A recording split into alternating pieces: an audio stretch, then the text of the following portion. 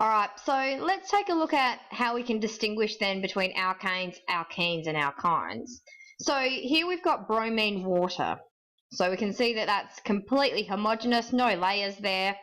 And then if we take a look at the alkane, we can see that we've got this layer here, and that's our alkane layer.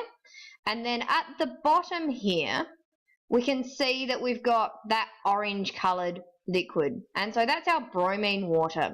And what that says is that there's been no bromine mixing in here. So we've got as much bromine water as what we started with. So our alkene, however, we can see we've got a little bit of a layer here, but then we've got colourless at the bottom here. So what that tells us is that the bromine is now mixed in with the alkene, and the colourless solution is now the water. So all of the bromine have joined into that alkene, and if we take a look underneath, we can see what's happened. So we can see that we've got ethylene, so an alkene, and we're adding bromine, and we can see that that double bond has broken and two additional bonds have formed with the bromine.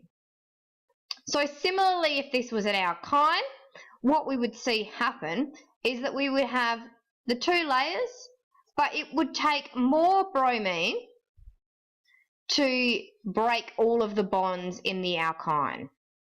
Alright, so what do we know about halogens? Well, they're usually in our branches. So if we're talking about halogens, we've got all these names for our halogens, so we just basically add an O to the end of it, so fluoro, chloro, bromo, iodo. And when we're naming our branch, we'll name the carbon that halogen's on. So in this case, it's on the number 2 carbon, and then we will call it 2, in this case, bromo, because it's a bromine.